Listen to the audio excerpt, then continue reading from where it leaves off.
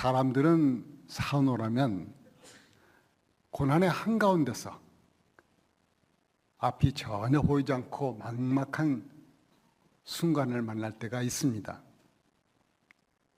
이렇게 사람이 피할 수 없는 고난을 만났을 때 어떻게 대처하느냐에 따라 그 인생이 달라집니다. 그것은 고난을 이기지 못해 하나님을 원망하며 신앙을 떠나버리는가 하면 반면에 끝까지 하나님을 더욱 의지하면서 신앙이 성숙해지기도 합니다. 그런데 사람들이 그 어둠의 터널이 얼마나 길지를 미리 안다면 견디기가 좀 쉽겠지만 전혀 앞이 보이지 않기 때문에 어둠 속에서 막막하게 느껴지는 것입니다. 오늘 시 143편에서 다윗은 지금 앞을 알 수 없는 막막한 고난의 터널을 지나고 있습니다. 이때 그가 어떻게 반응하며 그 흑암 중에서 어떻게 살 길을 찾아가는지를 보여주고 있습니다. 먼저 1에서 4절까지를 보면 다윗은 깊은 고난 중에 회개하며 자신의 극심한 고난을 탄식하며 하나님께 나아갑니다.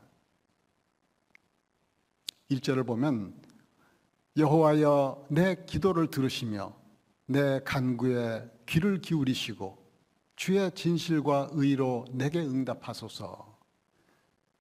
이렇게 믿음의 사람은 고난을 당하면 무엇보다 먼저 기도의 자리로 나아갑니다.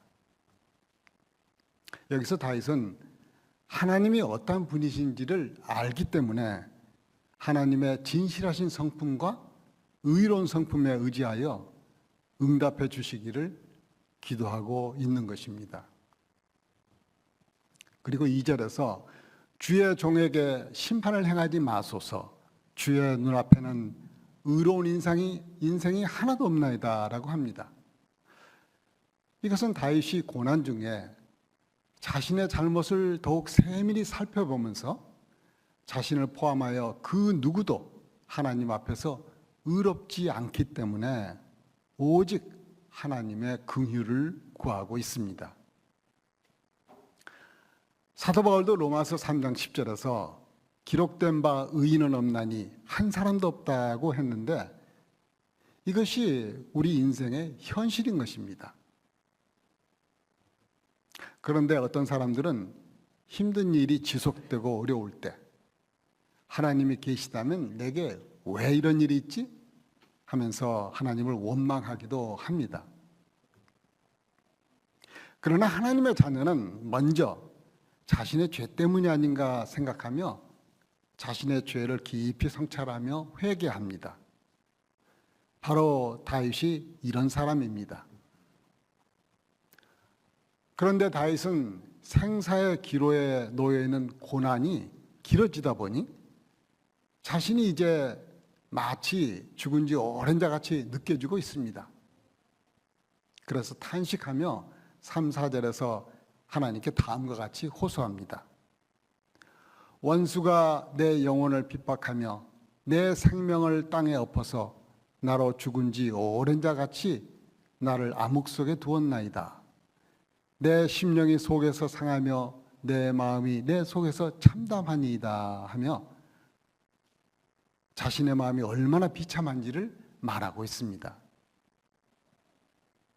다윗은 왕이 되기 전에는 사울에게 쫓기는 고난을 겪었고 왕이 되고 난 후에는 아들 압살롬이 반역하여 쫓기는 신세가 되었습니다. 이렇게 눈에 보이는 현실은 절망스러워 영적 소외감마저 느끼고 있지만 그럼에도 불구하고 다윗은 그 속에서 늘 하던 대로 변함없이 하나님을 바라봅니다. 그러면서 하나님과 함께 했던 추억들을 회상하기 시작합니다. 5, 6절을 보면 내가 옛날을 기억하고 주의 모든 행하신 것을 읊조리며 주의 손이 행하는 일을 생각하고 주를 향하여 손을 펴고 내 영혼이 마른 땅같이 주를 사모하나이다. 다시 말해 하나님께서 손수 베풀어 주신 옛날 일들을 깊이 생각한다는 것입니다. 이렇게 하나님께서 다윗에게 베풀어 주신 지난 날들의 은혜를 살펴보면 먼저 목동 시절에 사자의 발톱과 곰의 발톱으로부터 자신을 지켜주신 일들, 그리고 거인 골리앗을 쓰러뜨렸던 일, 또 수많은 전쟁을 치르면서 승리를 안겨주셨던 일, 사울 왕으로부터 보호해 주신 일, 마침내 왕으로 세워주신 일 등을 회상했을 것입니다. 이 기억들은 절망에 있는 다윗에게 소망의 빛으로 다가왔을 것입니다. 이처럼 하나님과의 체험들은 어려움에 처했을 때 마음이 무너지지 않고 다시 하나님께 나아가 기도할 수 있는 용기를 주는 것입니다. 그러므로 다윗은 아직은 하나님께서 침묵하시지만 계속 기도를 할 수 있는 것입니다. 8절에서 아침에 나로 하여금 주의 인자한 말씀을 듣게 하소서. 내가 주를 의뢰함이니이다. 내가 다닐 길을 알게 하소서. 내가 내 영혼을 주께 드림이니이다. 다윗의 간구는 하나님의 은혜로 어두운 현실의 밤을 지나 아침을 바라보는 것입니다. 이것은 오직 말씀만이 생명을 살리는 근원이 되기 때문에 그 아침에 하나님의 인자한 말씀을 듣고자 하는 것입니다. 그러면 말씀 속에서 가야 할 길도 보여주실 것입니다. 또 다윗은 주의 얼굴을 내게서 숨기지 마소서 했는데, 이것은 아이가 부모를 잃고서 부모의 얼굴이 안 보일 때 우는 처절한 울음과도 같은 그러한 간구입니다. 그리고 계속해서 기도하기를 여호와여 나를 내 원수들에게서 건지소서. 내가 주께 피하여 숨었나이다. 여호와여 주의 이름을 위하여 나를 살리시고 주의 의로 내 영혼을 환난에서 끌어내소서 합니다. 대개 탄원시의 구성은 처음에 울부짖음으로 시작하지만 반전이 있고 끝은 회복이 되어 할렐루야로 끝을 맺습니다. 그러나 오늘 시편 143편의 시에서는 상황은 조금도 변하지 않았습니다. 여전히 원수들이 생명을 위협하고 있습니다. 그러나 그의 마음은 이제 하나님께 향해 있으면서 주는 나의 하나님이시니 나를 가르쳐 주의 뜻을 행하게 하소서 합니다. 다윗은 깊은 고난 속에 이제 하나님의 인도대로 한 걸음 한 걸음 나아가고자 하는, 그래서 주의 뜻을 전보다 더욱 행하려는 의지를 보이고 있습니다. 다윗은 이스라엘 역사에서 가장 모범적인 왕으로 하나님께서 그를 하나님 뜻에 합한 자라고 인정하셨고, 또한 이스라엘 사람들의 마음에도 위대한 왕으로 기억되고 있으나 그의 삶은 굴곡이 많았고 흠도 없지 않았으며 오늘 보는 시편처럼 죽을 것 같은 공포와 두려움에 쌓여 있었던 시절이 있었습니다. 그러면 하나님께서는 왜 사랑하는 당신의 자녀들에게 고난을 허락하실까요? 시편 119편 71절을 보면 고난당하는 것이 내게 유익이라 이로 인해 내가 주의 율례를 배우게 되었나이다 하였습니다.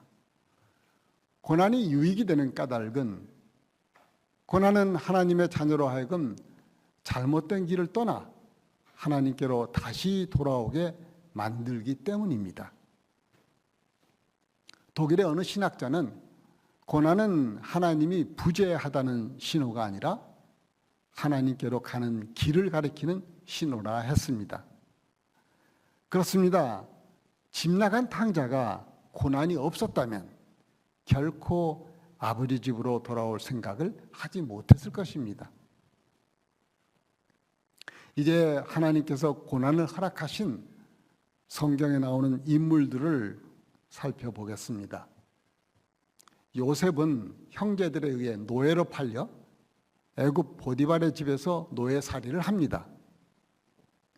또 억울한 누명을 쓰고 감옥에 갇히게 됩니다.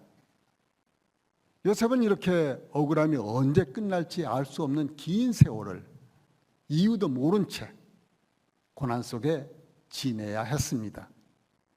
그러나 결국은 애굽의 총리로 발탁이 되어서 그 기근 가운데 많은 백성들을 먹여 살렸던 그런 일들을 생각해 보면 하나님께서 고난을 통해 그를 훈련시키고 계셨던 것을 알 수 있습니다. 모세도 80세가 될 때까지 40년간이나 광야에서 무명의 목자로 지냈는데 모세는 그때는 알지 못했으나 하나님은 이스라엘의 출애굽대를 위하여 그를 인도자로 훈련시키시고 계셨던 것입니다. 이처럼 우리는 하나님의 원대한 계획과 뜻을 다 알지 못합니다. 지나고 보니 선하신 하나님의 손이 일하고 계셨던 것을 알게 됩니다. 또 욥은 하나님께서 동방의 의인이라고 칭찬을 받은 자인데 욥은 이유도 모른 채 하루아침에 그의 모든 재산을 잃어버립니다. 그리고 자기의 모든 자녀들도 다 잃어버립니다. 거기다가 자신의 건강마저 잃습니다. 이 중 어느 하나라도 우리에게 닥친다면 정말 견디기 힘들 것 같습니다. 그런데 욥은 욥기 23장 10절에서 나의 가는 길을 오직 그가 아시나니 그가 나를 단련하신 후에는 내가 정금같이 나오리라. 이렇게 했습니다. 다 같이 한번 읽어봅시다. 나의 가는 길을 오직 그가 아시나니 그가 나를 단련하신 후에는 내가 정금같이 나오리라고 하였습니다. 고난이 찾아올 때 이 욥의 고백을 나의 고백으로 삼길 바랍니다. 이 욥의 고백에는 세 가지 의미가 들어있는데 첫째는 그가 받고 있는 고난의 힘든 사정을 하나님께서 알고 계신다는 것입니다. 둘째는 이 고난은 하나님께서 자신을 단련시키시는 훈련 과정이라는 믿음입니다. 셋째는 고난을 통과하고 나면 용광로를 통과해 나온 정금같이 불순물이 제거된 순금이 될 것이라는 확신입니다. 결국 욥도 다윗처럼 극심한 고난 중에 하나님을 놓치지 않고 굳건히 붙들고 있었다는 것을 우리는 배웁니다. 성도 여러분, 고난은 삶의 방향을 다시 물을 수 있는 기회입니다. 우리의 삶에도 시편 143편과 같은 어려움이 찾아올 수 있습니다. 이럴 때 왜 나에게 이런 일이 생겼지? 라는 질문 대신에 이 고통은 나에게 무엇을 말하고 있는가? 즉, 이 고난의 의미가 무엇입니까? 라는 질문을 하나님께 구하는 것이 우리가 취할 자세라고 생각합니다. 그 고난이 매우 고통스럽게 느껴질지라도 다윗처럼 하나님만을 붙잡고 옛날을 기억하고 주의 모든 행하신 것을 읊조리며 주의 손이 행하는 일을 생각하고 기도와 말씀으로 하나님 뜻대로 살려고 한다면 고난의 어두움은 더 이상 우리를 삼킬 수 없을 것입니다. 다윗은 고난을 통과한 후 시 145편 1절에서 왕이신 나의 하나님이여 내가 주를 높이고 영원히 주의 이름을 송축하리이다 하며 찬양이 터져나왔습니다. 성도 여러분, 지금 겪는 고난의 의미를 지금은 잘 모른다 해도 하나님의 말씀의 인도와 기도의 끈을 놓지 않는다면 고난이 끝났을 때 하나님의 뜻을 알게 되어 기뻐할 날이 반드시 올 줄 믿습니다. 그래서 야고보는 야고보서 1장 2절에서 내 형제들아 너희가 여러 가지 시험을 당하거든 온전히 기쁘게 여기라 하였습니다. 야고보가 말한 시험은 유혹의 시험이 아니고 고난을 통해 오는 믿음의 시험입니다. 사실 고난을 기뻐할 사람은 한 사람도 없습니다. 그러나 그가 기쁘게 여기라 한 것은 믿음의 시련은 인내를 만들어가고 또한 온전케 하여 부족함이 없게 하기 때문입니다. 우리도 우리에게 닥친 고난의 시험을 통과하면 우리는 더욱 내면이 단단해지고 성숙해질 것입니다. 지금까지 성경 속에서 다윗을 비롯한 몇 인물들의 고난을 살펴보았는데 그 누구보다도 가장 정점에 있는 고난은 바로 예수 그리스도의 고난입니다. 모든 면에서 예수님은 우리의 모범이 되십니다. 예수님께서는 십자가 고난이 다가오자 겟세마네 동산에서 땀이 땅에 떨어지는 핏방울같이 될 정도로 힘쓰고 애써 더욱 간절히 기도하셨습니다. 곧 다가올 십자가 고난이 얼마나 심각할지 아시기 때문에 이 잔을 내게서 피하게 하여 주소서라고까지 하였습니다. 그러나 곧 이어서 내 원대로 마옵시고 아버지의 원대로 되기를 원합니다라고 하시면서 끝까지 기도하심으로 사탄의 방해를 물리치시고 승리하셨습니다. 그 결과 우리는 예수님을 믿음으로 죄와 사망에서 벗어날 수 있게 되었고 이제 하나님의 자녀가 되었습니다. 이제 말씀을 정리하겠습니다. 고난이 왔을 때 첫째는 하나님께서 옛날에 베풀어 주신 은혜를 깊이 기억하십시오. 그러면 하나님께서 지금도 동일한 은혜로 함께 하심을 알게 될 것입니다. 그러므로 신앙은 하나님이 베푸신 은혜를 기억하는 능력입니다. 둘째는 말씀을 사모하십시오. 말씀이 여러분의 고난을 객관적으로 바라볼 수 있도록 인도하여 주실 것입니다. 하나님은 우리가 직면한 고난의 크기보다 훨씬 크신 분이십니다. 셋째로 고난 중에 기도하십시오. 예수님의 십자가 고난을 생각하며 그 고난을 잘 이겨내시기를 바랍니다. 그리고 마지막으로 모든 것이 합력하여 선을 이루실 줄을 항상 믿고 나아가시기를 축원하며 말씀을 마치겠습니다.